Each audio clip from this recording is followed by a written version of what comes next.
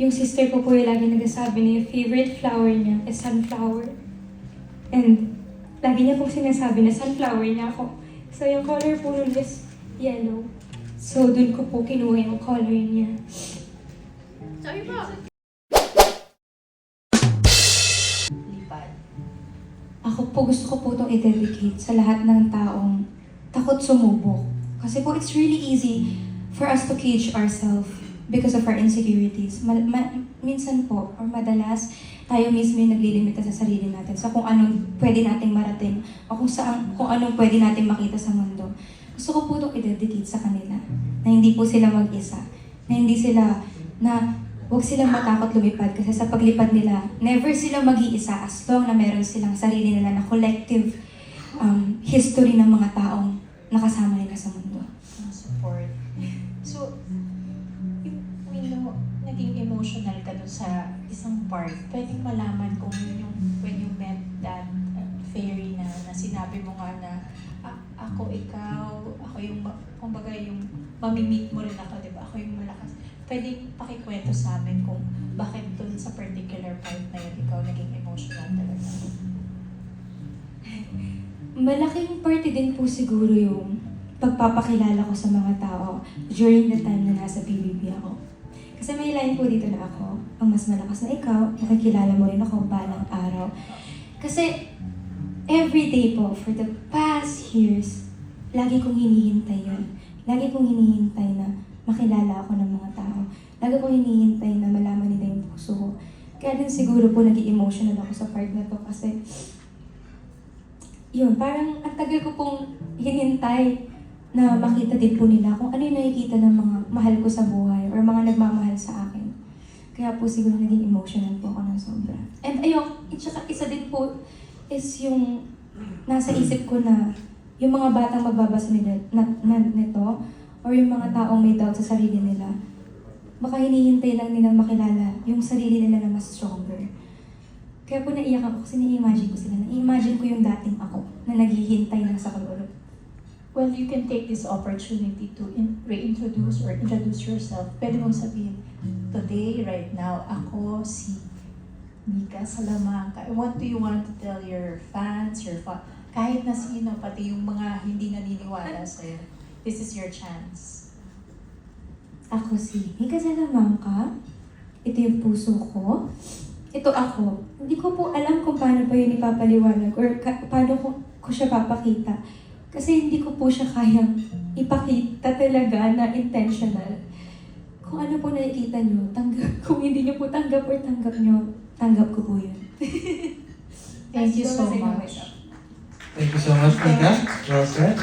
I think we have another... Sa ng buhay natin. At kung ano po yung mag-resonate sa atin sa moment na babasahin po natin siya. So, yes, it is a children's book and it's there for children. Now, sa sinabi mo nga, for adults, ano naman yung lesson na tututunan nila dito kapag binasa nila yung libro? Ako po tulad na sinabi ko kanina, yung insecurities po ng mga tao or yung takot nila sa kung anumang bagay or umalis sa comfort zone nila, laging nandyan. Kasi po, naniniwala ako na the more na lumalaki ka, the more na meron ka na experience sa buhay, the more na may natututunan ka, the more na may pinagdadaanan ka. So kung ngayon nasa season ka ng buhay mo, na-lost ka, hindi lang siya pambata talaga. For example po ako ngayon, lost ako, pag binasa ko to, may makukuha po ako sa kanya. And do you see yourself writing more children's book in the future? And Yes. what kind of parang themes or topics or genres would you like to explore? Ako po, tulad din po ulit na sinabi ko kanina, pag nagsusulat po ako, kung ano po yung nakikita ko sa paligid, kung ano po yung nagre-resonate sa akin, kung ano po yung na-experience ko, yun po yung sinusulat ko, yun po yung ginuguhit ko. So ako po, ina-expect ko po yung sarili ko na magsusulat din po talaga. Kasi hindi ko po siya nakikita as something na ilalabas ko lang ngayon. It's something na anak ko, puso ko, bibigay ko po lahat dito. Nakikita ko po yung sarili ko na guguhit at susulat hanggat kaya ko. Last question na lang. I understand na bata ka pa, you started writing sa journals and sending the letters to your mom. But when did you realize that you can actually write and tell stories through words? pamilya ko po ang nagpa-realize po sa akin yan. Kasi before po, sobrang daldal ko. Like, sobrang annoying na po yung pagiging madaldal ko nung bata ako. Naalala ko po yung ate ko, lagi niya po sinasabi sa akin na, ba't may mga bagay ka na naaalala na hindi na namin naaalala? Kasi ganun po ako kadaldal, ganun ko po gustong maalala lahat ng bagay sa buhay ko. Lahat po sinusulat ko. Panaginip ko, nangyayari sa araw-araw, devotions, lahat po sinusulat ko. Kaya po, sila mismo po yung nagsabi sa akin na, artist ka. Ate ko po, pinaka-una nagtiwala sa akin. Well, on that note, congratulations and Thank good luck you to po. more, boom in the future. Thank you. Thank you so much. Before we move on to our Parang, nasagot na din doon kasi itong libro na to about sa akin siya, about sa batang ako siya, sa struggles niya before, isa sa mga struggles niya before nung bata. And Mika Liit, kasi same siya, same sila. Yung mga kumakalat po ng videos ko na kumakanta ng bata, pinapadala ko po yan sa nanay ko, pinapadala namin sa nanay ko na nasa abroad. Katulad po ng mga libro na to, katulad po ng mga guhit ko nung bata ako, pinapadala ko din po yun sa magulang ko. Kasi nga po, OFW siya. Alright, thank you so much. And I think we have another question here. Yes, please, madam. Hi Nika, congratulations. This is Pauline Pascual from Lady Tribune. So, kung meron man akong natandaang linya sa buong binasa mo kanina, Mahika ang pangalan niya. So, feeling ko, kilala naman ng lahat na kung ano yung Mahika na gusto mong ipakita sa amin lahat ngayon. Gaya nga sinabi nila kanina, you deserve to be the big winner kasi you have a big heart. So, ang tanong ko sa'yo, kung meron ka mang gustong sabihin sa Mahika na ikaw nung bata ka pa, ano yung mga gusto mong sabihin sa kanya, lalo ngayon na meron ka ng mahikang binibigay sa lahat ng tao ngayon, lalo na sa mga bata? Sa mga interviews po, lagi po akong tinatanong yan. And every time po, iba yung sagot ko. Kasi everyday, parang gusto ko mag-message sa kanya kasi sobrang proud ko po. Sa totoo lang. Kasi bago po ako maging fighter, bago po ako lumaban, bago po ako lumipad, siya po yung nag-aayos ng lahat. Siya po yung lumaban para sa akin. Wala po ako dito kung hindi siya lumaban ng bata siya. Sobrang proud ko. Kung magkakaroon ako ng message sa kanya is, just keep flying. Lipad ka lang ng lipad. Like, kahit na anong matanggap mo, lumipad ka. Kasi once na sobrang taas na ng lipad mo, kahit na anong iba to sa'yo, hindi naaabot. Hindi naaabot sa'yo. And stay grounded, kahit na lumilipad ka. Paano naman yung inaantay mo yung spotlight na kung kailan darating sa'yo, yung mga nasa waiting game lalo ngayon? Para po sa akin na nasa waiting game. Tsaka sa iba rin na gusto mong sabihin na nasa waiting era nila. Tulad po nung sinabi ko din kay Mika Liit, just keep on flying. It doesn't matter kung may nakakakita sa'yo. It doesn't matter if wala. It doesn't matter, for example, you have your craft, music man, arts, or anything, acting. Just keep on pouring your heart. Just keep on producing. Or pakita mo sa tao kung ano yung meron ka. It doesn't matter kung napapansin yan ngayon. One day, you just need to wait for your time. Isang time lang. And pag dumating yung time na yun, huwag mong bitawan and gamitin mo sa tamang paraan. Thank you so much and congratulations. Thank you po. Thank you so much. Now, before we proceed to the next question, my question to you, Mika, is, again, you have a lot of things going on, right? You took the time to write a book, to illustrate the book as well, to even lead the charge of creating this own MediaCon. By the way, job well done. You have an upcoming song, I believe, Star Music, and you have lined up other projects as well. How are you able to manage your time? And you have photo shoots upcoming as well, right? How are you able to manage and actually pull off producing and creating this work of art? Paano mo siya ginawa? Like, week ba siya? Like, once a week ba to? How was this? How did you pull it off? Sa time, actually minsan ako din po nagugulat kung paano po ako lumilipad pa rin ngayon eh. Kasi ang galing ng Panginoon kasi binibigyan niya ako ng lakas para talaga magawa lahat ng trabaho na kailangan kong gawin. Ako po ang nasa isip ko lagi pag sobrang pagod ko na, or minsan, sa totoo lang, gusto ko na lang humilata kasi nga sobrang daming nangyayari, sobrang daming ginagawa. Pero lagi ko pong iniisip, hindi yan laging nandyan. May time sa buhay mo na pinapanalangin mo, lumuluhod ka sa Panginoon na sana mabigyan ka ng ganito karaming trabaho. And now na nandito na siya, hindi ka pwedeng magreklamo kasi ito yung hiniling mo. Yun ang lagi ko sinasabi. And siguro po dahil din lagi kong, kahit po management, sila po super supportive dito sa bagay na to, laging dapat malapit sa puso mo yung ginagawa mo sa kahit na anong bagay. And hindi po yung naging mahirap sa akin, Kuya Mix, kasi tulad ng paggawa ng libro, pag-illustrate and everything, malapit sa puso ko yan. Pag-arte, malapit sa puso ko yan. Charity works, malapit sa puso ko yan. So everything na ginagawa ko, I make sure, even brands na tinatanggap ko, I make sure it's really close to my heart. Para pagka sa punto na ahabulin na ako ng pagod, masasabi ko, mahal ko yung ginagawa ko. And pag mahal mo yung isang bagay, hindi ka madaling mapagod. Thank you so much, Mika. And I think we can... Nabasa ko. And isa din po yun sa naging reminder ko ngayon na nagsusulat ako na pagbata ka, yung mga ganung storya. It's just fun. Fun siyang basahin. Na lagi ka nag-focus sa illustration, sa kung ano nakasulat or nakapaint dun sa libro. Tapos, pinya, ganun lang. Pero pag tumanda ka, pag naalala mo na may nabasa kang ganun, maaalala mo na, ay, ito pala yung ibig sabihin ng alamat ng pinya.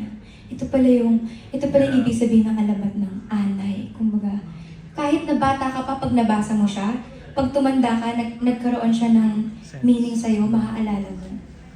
Thank you so much. Thank you so much for the lovely question. I think we can all agree nga, tama yung sinabi mo, no? Depende sa kung nasaan ka sa buhay, dun ka makaka-relate sa Yes. kwento niya, of course. So I'm sorry, we have another question, please? Yeah, hello. Ayun. Hello, Mika. Good evening. Good evening. Kailan mo to simulang nasulat? And nagkaroon ba ng revision? Kasi syempre nagbago yung buhay mo ngayon. Nagkaroon ba ng revision bago ito yung labas? Sa totoo lang po, before, patulad po na sinabi ko ulit kayo na natagal na po ako nagsusulat talaga. So minsan nagpipik-pik na lang po ako. Pero nung talaga pong nag-decide kami ng management na, Kuya Jan, Ate Kat, gusto ko na po talagang ilabas yung mga libro ko. Gusto ko na po talaga maglabas ng libro. Pero sobrang iba po ng kwento nung una. So ngayon po, nung lumabas ako ng bahay ng Kuya, mas may knowledge na po. Kasi po sa loob ng bahay, may mga time po doon na wala kayong ginagawa. Makakapag-isip ka po talaga. So yung mga libro po na nasulat ko before, minsan po, na pagbubulay-bulayan po ng utak ko na parang gusto kong ganito na lang pala yung mangyari sa libro. Parang ganito na lang po. Na-finalize po namin yung libro. Last month lang po. Last month lang po talaga. And then up to, kahit po last week po ata, meron pa rin po kami mga revisions eh. Kasi po, lagi pong may idea na, ay, baka pangit yung word na to, baka may mas maisip pa tayo na mas magandang salita para sa bata. And kung maalala ko, yung Firefly is a children's book na Yes. naging movie. Ikaw ba na-envision mo na itong Lipad is magiging movie soon? Ako po, sa totoo lang, lahat po ng pwede ma-envision para sa libro to na i-envision ko po. Kasi po ayoko po siyang limitahan sa pagiging libro lang.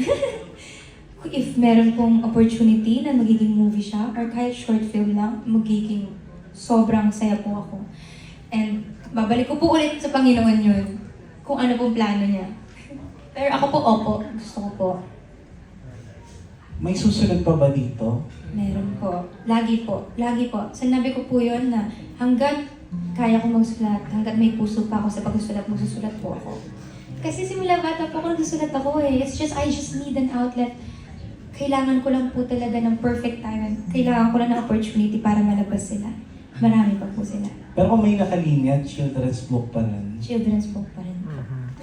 Thanks, Mika. Thank you po. Congratulations. Thank you. So actually, pwede tayo ma-surprise na bigla ka na maglabas ng short film sa YouTube mo, di ba? Possible. So sa mga hindi pa rin subscribe na kayo. Diba? Alright, we have another question. Yes, sir. Hi Mika, congratulations Oh, thank to your you po. new Santon, Stars Photog, and Abante Tonight. I just want to ask, I congratulate muna sa pagkilala mo rito sa amin kay Mahika. Lately, pinakilala mo rin sa amin sa Thursday, di ba? Social media mo. Opo. Yan. Siyempre, tinatanong di ba, sino naman yung susunod mong ipakilala? Kumbaga, this time, I just want to ask kung may naisulat ka rin bang libro tungkol dun sa loob ng bahay ni Kuya? Sa loob ng bahay ni Kuya. Sa loob po ng bahay ni Kuya, bawal pong magsulat. Wala po kaming lapis talaga, wala po kaming papel. meron lang po kami pag may task. So, bawal po talaga magsulat. Pero meron po ako laging imagination. Tulad po nung kanina, pag po wala kang ginagawa sa bahay ni Kuya, talagang para ka talaga mababaliw. Wala kang ibang magagawa kundi mag-isip.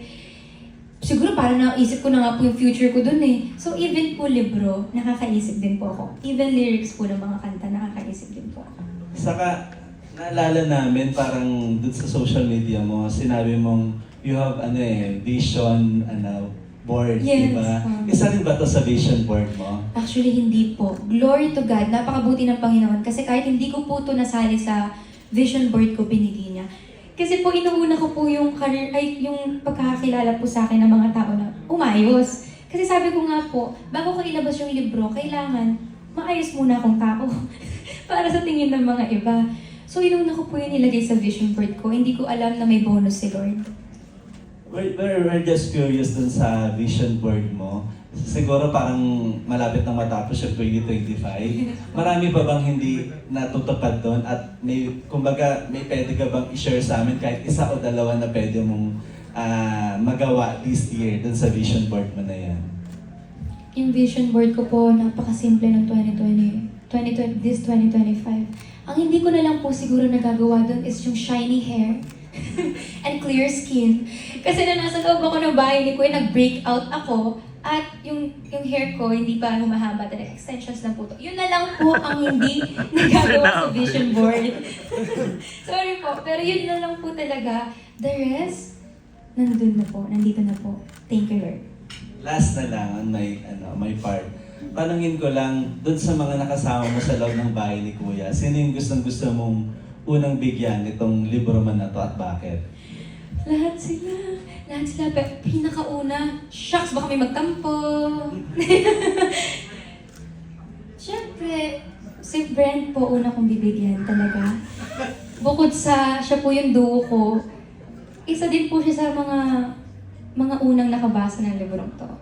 Hindi ko pa po siya nilalabas na basa niya na, and pinapakita ko po sa kanya yung illustration po. Lagi ko sinasabi, tingnan mo, cute ba? Aesthetic ba? Ito yung illustration, ganyan-ganyan. Sabi ko, di ba masyadong yung kwento? Lagi ko. So siya po yung siguro una ko din. Anong comment niya? Sabi niya, alam niyo naman po yan. Sabi niya, bro, ang ganda! Aesthetic! Pero sobrang supportive po niya sa libro na to. Pero congratulations. Sigurado maraming matutuwang bata pag Thank you binasa po. itong libro na to. Congratulations, Thank Mika. Thank you. Bata ako, since ang bata ko pa po, nagsusulat na ako ng kung ano-ano. Pag po may naisip ako, nag-trick sa utak ko, kaya po lagi ako may notebook. Ay, before, may kwento po ako. Sorry po. Minsan po, sa school, pag na-school po ako, lagi akong umuuwi ng may sulat sa kamay. Kasi pag meron po ako na-imagine, kesyo, lyrics ng kanta, story, or imagination ko lang na ayaw ko makalimutan at gusto kong isulat, sinusulat ko muna po sa kamay ko para maalala ko talaga. Kasi para po pagka-uwi ko, makikita ko siya bago maghugas. Masusulat ko po talaga sa notebook ko. Okay. And then, pinost mo sa social media yung car mo, no? Ano yan? Regalo mo sa sarili for your achievement sa BBB? Actually, kasama po siya sa vision board ko. Pangarap ko po talaga siya ngayong taon. Pero actually po, nung lumabas na po ako ng bahay ni Kuya, nung naging busy na po, sabi ko, kailangan ko pa ba? Kasi hindi naman po ako big sa cars. Kahit na sinasabi ko po na parang it's too much na if gagastos ako ng malaki para sa sasakyan. Pero yung management ko po, sila din po yung nag-recommend sa akin na kailangan mo din naman. Kailangan mo ng sasakyan para pagka, for example, may shoot, ganyan, nakakapagpahinga ka. And totoo naman po, nung dumating po siya, nung nabili po namin siya, sobrang saya. It's a different kind of joy. Para po ma-resonate ko po siya, mabigyan ko po siya ng reason kung bakit ko siya binili. Sinasabi ko na lang po sa sarili ko, reward mo na yan sa'yo. Okay, last question. Ang dami mong endorsement. Parents are abroad, tama ba? Yes po. So how are you dealing with your finances? Like, who's taking care of finances? Like, dahil malayo sila eh. Ako po, yung parents ko po, ever since po, hindi po talaga sila nakikialam sa finances ko. Pero, ginaguide po nila ako. Like, simula po bata ako, nagtatrabaho na po ako eh. Nag-triple job po ako habang nag-aaral sa ibang bansa. Uso naman po kasi yun doon. Pero, kahit po nung time po na yon, for example po, magbibigay po ako sa parents ko, sila po yung nagagalit pa nagbibigay ako eh. So kahit even now, gusto ko magbigay sa kanila. Gusto ko silang patigilin sa pagtatrabaho, pero hindi po, ayaw po talaga nila. Like sila mismo yung nagsasabi na, ang gusto lang po nila sa akin, ayusin ko yung future ko, alagaan ko yung pera ko para sa future ko. Hindi ko daw po sila kailangan isipin. Yun po, lagi po nila akong inaalalayan sa paggamit ng tama sa pera, pero hindi po sila nangingialam po. So, sino pumunta sa abroad, ikaw or silang pumunta dito sa Christmas or what are the plans? Lagi po silang umuwi sa Pilipinas for Christmas po. Not just for me, para din po sa lola ko, para din po sa pamilya pa po namin na natira dito sa Pilipinas. Minsan po umuwi din po ako doon pag Christmas, pero mas madalas po na mas gusto nilang umuwi. Mas gusto. Congratulations, Mika. The lowest point in your life? Magbibigay na lang po ako ng isa sa maraming pagkakataon na naramdaman ko na ako si Mahika. Siguro po nung nag-migrate kami sa ibang bansa, isa din po yun sa mga moments na yun. Kasi, syempre, iba po yung lahi ko, nag-a-adjust pa po ako sa culture and stuff like that. So, ang dami ko pong pinagdaanan sa school namin from the past. So, siguro, isa din yun sa, kaya din diba, meron po dito sa story na to, na sinabi ni Mahika na ayokong mabasa kasi baka makita nila yung totoong kulay ng pakpak ko. Kasi nagkaroon po ako ng time sa buhay ko na kahit gustong-gusto kong pumuti, gustong-gusto kong iba yung shape ng mata ko, iba yung gato. Kasi alam niyo po yun, may mga time po na ganun, lalo na pag teenager ka. Siguro doon ko po nakuha yung part na kino-cover ni Mahika yung pakpak niya para mag-fit in sa tingin niya na tatanggapin ng ibang tao galing sa kanya. And then, paano mo na-overcome yun? Na-overcome ko po siya sa tulong din po ng pamilya ko din po. And syempre, the more na tumatanda po ako, the more na tinatanggap ko po kung ano lang po yung kaya ng katawan ko or kung ano lang po yung kaya kong ibigay. Siguro malaking tulong din po talaga yung pagmamahal ng pamilya ko sa akin. Kasi sila po yung napakalaking reminder ko na kahit na anong mangyari sa akin, kahit na sino ako, kahit na anong ipakita ko sa kanila, tatanggapin nila ako. And this last question, ano yung, kasi nabanggit mo na before, no, OFW yung parents mo, na yung mom mo, na pinapadala mo sa kanya yung mga, kung ano man sinusulat mo, ano yung sinabi niya sa'yo nung nabasa na niya itong lipahan? Itong lipad naman po, actually, nanay ko po, hindi ko pa po binabasa sa kanya to. Itong lipad, hindi pa po. Sa tatay at nanay ko po, tangi, hindi ko po binabasa. Kasi po, gusto ko din po sila ma-surprise. Oh my gosh. So, meron kang plan kung paano, kung kailan mo papabasa sa kanila finally? Ang ate ko po ang magpapabasa sa kanila. Siya din po ang, nakakonsyaba ko na po siya. Bibidyohan niya. Kasi may maghiwalay na po sila ng bahay nila. So pupunta po niya sa bahay nila. Bibidyohan niya. Ipapakita niya po yung actually itong event na to. Kanina pa nga po natatanong yung mom ko kung ano po yung ganap ko today. Kasi po every day, every morning magka-video call po kami ng family ko. Like, video call po talaga. Then lagi po nilang tinatanong, anong ganap mo today? Anong gagawin mo today? And today po, hindi ako sumasagot. Today, hindi po nila alam kung ano talaga mangyayari. Kaya excited po ako. Thank you. Yung sister ko po yung lagi nagsasabi na yung favorite flower niya is sunflower. And lagi niya pong sinasabi na sunflower niya ako. So yung color po nun is yellow. So dun ko po kinuha yung color niya. Sabi po! Yung red naman po kasi yung ate ko, halos siya po yung laman ng puso ko. And then blue naman po yung sa kuya ko kasi every time na may tears of joy ako, for some reason, siya po lagi yung nakakalala ko. Kaya po yun po yung mga color representation po ng ate. Big hugs. So, sorry po. So, yung next question is, puso kasi siya ngayon na as an author na, if ever you will be adding a very, very special line na hindi kasama sa book right now or re-editing something from the book, ano yun and bakit? Parang nalagay ko na po lahat. Ito yung puso ko sa gusto ko sabihin para sa libro na to. Ano pa ba? Siguro ang gusto ko pang sabihin mula sa puso ko na wala sa libro na to is huwag kang magmadali. Maglalakad siya, naglalakad si Mahika dito, huwag kang magmadali. Pupunta ka sa tuktok, sa paglalakad mo, marami kang makikitang tao, marami kang makikita, marami kang matututunan. Huwag kang magmadali. Dahil mabilis ang mundo. Mabilis, pag napunta ka sa gusto mong puntahan, magugulat ka. Ang bilis, yung lahat ng memory na pinagdaanan mo, sana ninamnam mo. Kaya ang masasabi ko lang, kahit nasaan kang parte ng buhay mo ngayon, huwag kang magmadali. Thank you, Mika, and congratulations. Kahit pa ko yun. First of all, congratulations on the book. Silang alam about sa libro na to. And ako po, isa din po sila sa gusto kong makabasa din po ng libro na to. Although, fun fact, ito pong libro na to, hindi po talaga namin siya una balak ibenta talaga. Yes. It's something na pag pumunta po ako sa charity works namin, libre ko po siyang ibibigay sa mga bata. And then yung management po, yung mga manager ko po nag-suggest na, bakit hindi natin ibenta? Para like mas para mas wider yung audience na makabasa. Yun din naman na maganda yung kwento. So yung management po talaga ang ating nanay. Yung tatlo pong nasa likod na kumakain ngayon. So, opo. So ako po, una syempre ayaw ko pumayag kasi yung vision ko dito, libre. Gusto ko siya ibigay sa mga bata ng libre. So ako, nagkaroon po ng condition sa kanila. Sabi ko, pero ang condition ko, lahat na makukuha natin sa librong ito, charity pa rin.